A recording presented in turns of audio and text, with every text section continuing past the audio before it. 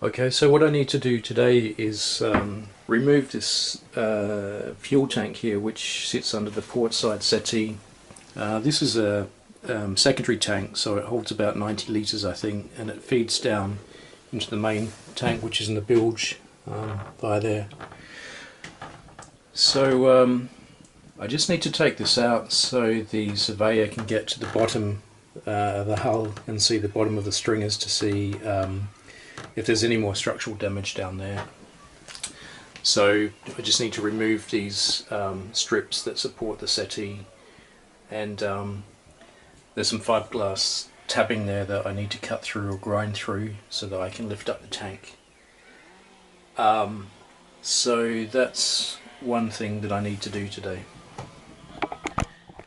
The next thing I need to do here is to remove this holding tank from the head, which I was going to do anyway because the survey revealed that it has a leak in it. So it's the original stainless one, and I'd like to replace this with one of the new style plastic or nylon ones.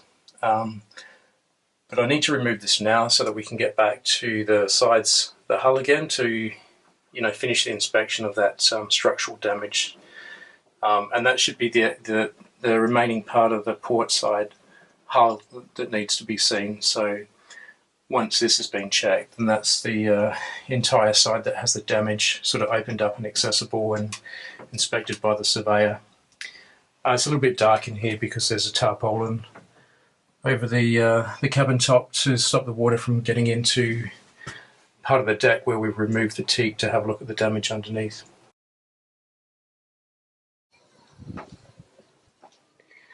So it's the end of the day, and I finished the two jobs that I wanted to do. So the first job was to remove the fuel tank, which was sat down here, and so you can now get a good look at the bottom of the bilge.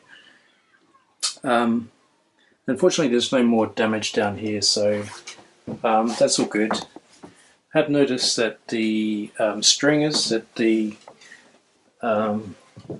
cabin sole sits on are actually cracked as well. So there's a crack there, and then a crack here, and you can see it's sort of cracked down there as well. So I might need to scarf a new piece onto those.